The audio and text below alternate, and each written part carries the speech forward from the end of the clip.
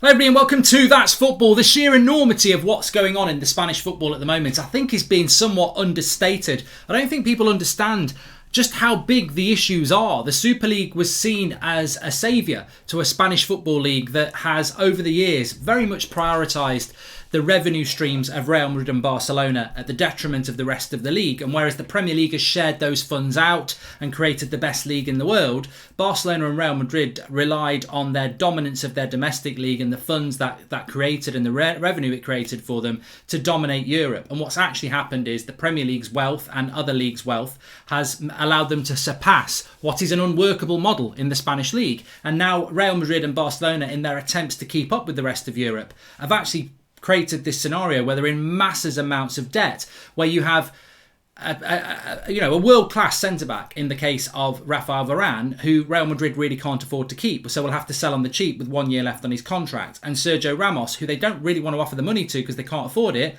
Still a very good centre-back, goes to PSG, a team that's probably got more chance of winning the Champions League than Real Madrid at the moment. And look at Barcelona. I mean, the crisis there is ridiculous. Only in the last couple of hours we've heard that Griezmann could be going back to Atletico Madrid on what is effectively a free deal so that they can clear up some wages and they'll take Saul Niguez for a much shorter price, who was going to leave Atletico Madrid anyway.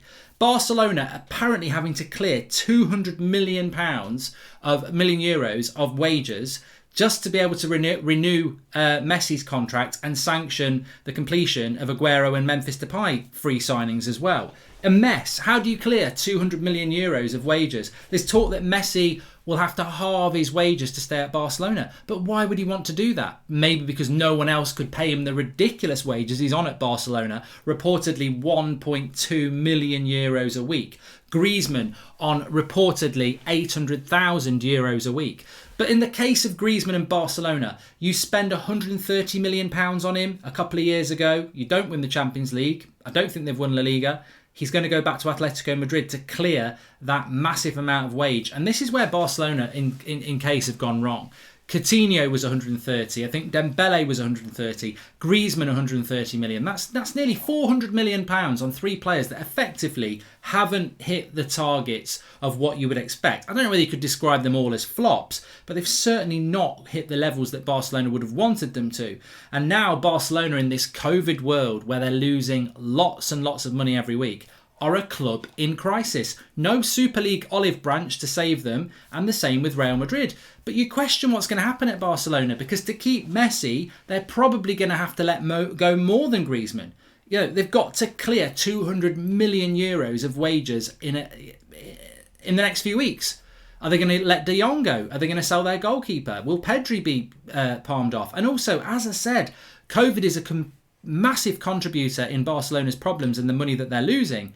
But it's also going to be a massive contributor in another way in relation to how they try and solve this, because nobody's got the money to come in and give a fair price for any of the players that they might want to sell. And of course, if Barcelona are looking to sell, everybody knows that they're looking to sell. And I think the sad thing here is, I know there's a lot of people that support Barcelona in the UK and around the world, and the same with Real Madrid.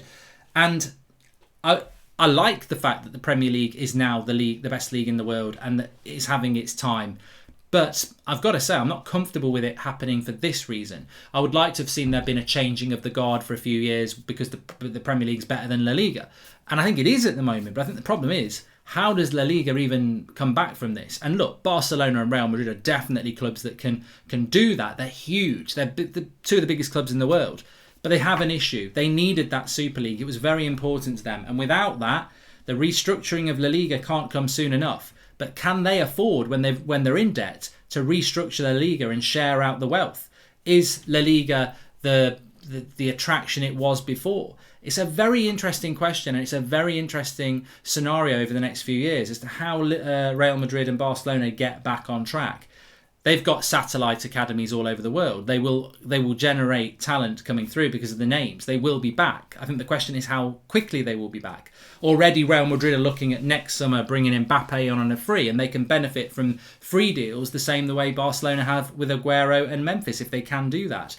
But the power, the sheer power of clubs like Manchester United and Chelsea and Manchester City Manchester United will buy Varane if Real Madrid have to sell. Manchester United have bought Sancho.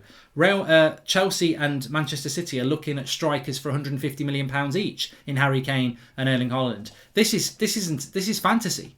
Fantasy. Real Madrid and Barcelona would normally be involved in those conversations. There's more chance of Everton getting in those conversations. And that's not even a joke. That's not a pun. Everton are more wealthy than Real Madrid and Barcelona at the moment in relation to their ability to be active in the transfer market. Of course, Real Madrid and Barcelona are much bigger than Everton. They're much bigger than most Premier League clubs, but they are in big trouble. Real Madrid looks like they probably can steer their way through better than Barcelona at the moment.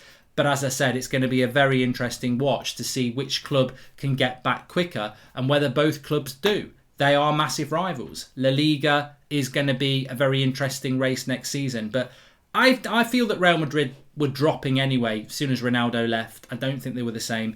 And Barcelona have become very dependent on Messi and not replaced people like Xavi and Iniesta in a way that they tried to with your Coutinhos and your Dembélés and your Griezmanns. So they were having problems anyway. Regardless of the spending, they were having problems anyway. They need an identity back and they need a rebuild at Barcelona. And the reality is, financially, they can't afford to do that. Real Madrid probably in a better financial situation, although they're not in the situation they would like to be where they can go and get the world's best players. That's something Real Madrid have always prided themselves on. Varane leaving for Manchester United is a big issue for them. Ramos leaving for Manchester United is a big issue. But they have benefited from the free agent market as well, much the same as Barcelona. Alaba's come in from Bayern Munich.